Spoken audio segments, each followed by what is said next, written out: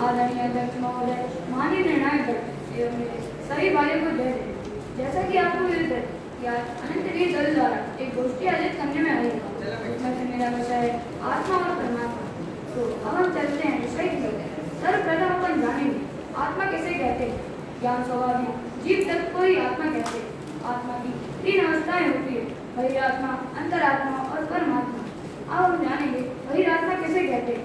आत्मा को छोड़कर अन्य महापदार्थों में अपनापन मानने के कारण यह बहिरात्मा कहलाता है। अनादिकाल से जीव शरीर की उत्पत्ति में अपनी उत्पत्ति मानता है और शरीर के नाश में अपना नाश मानता है तथा शरीर से संबंध रखने वालों को अपना मानता आ रहा है। जब तक यह भूल ना निकले, जब तक यह जीव बहिरात्मा अर्थात मिथ्या दृष्टि रहता है। यह तो ही बहिरात्मा की परिभाषा है। बहिरात्मन को छोड़ना ही चाहिए, यह तो ठीक है, पर बहिरात्मन छोड़कर अंतरात्मा बनना चाहिए। तो अब हम समझेंगे अंतरात्मा की परिभाषा। जो व्यक्ति वेद विज्ञान के बल से आत्मा को देहादिक से भिन्न ज्ञान और आनंद स्वाभाविक जानता है, मानता है और अनुभव करता है, वह ज्ञानी आत्मा ही अंतरात्मा है। आत्मा में ही आत्मा अर्थात अपनापन मानने के कारण तथा अन्य किसी में भी अपनापन की मान्यता छोड़ देने के कारण यह अंतरात्मा कहलाता है। अंतरात्मा के 3 प्रकार होते हैं, उत्तम अंतरात्मा, मध्यम अंतरात्मा और जघन्य अंतरात्मा। अंतरंग और बहिरंग दोनों प्रकार के परिग्रह से रहित उत्कृष्ट सिद्ध उपयोगी क्षीण कषाय मुनि बाहरी गुणस्थानवर्ती उत्तम अंतरात्मा, अवृत्त सम्यक दृष्टि चौथी गुणस्थानवर्ती मध्य जघन्य अंतरात्मा है। उक्त दोनों की मध्य दशावर्ती देशव्यापी श्रावक और मुनिराज 5वें से 11वें गुणस्थानवर्ती मध्यम अंतरात्मा है। अब हम जानेंगे अंतरात्मा बनने से लाभ क्या है।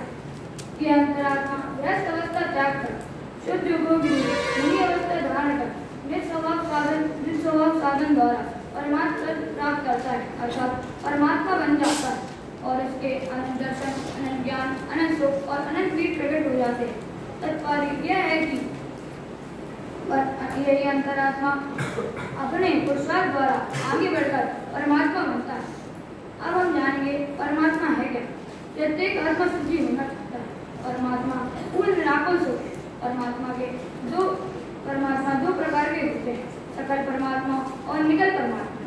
4 घातीय कर्मों का अभाव करने वाले श्री अनंत भगवान को शरीर सहित होने से सकल परमात्मा कहते हैं और कर्मों से रहित सिद्ध भगवान को शरीर रहित होने से निकल परमात्मा कहते हैं।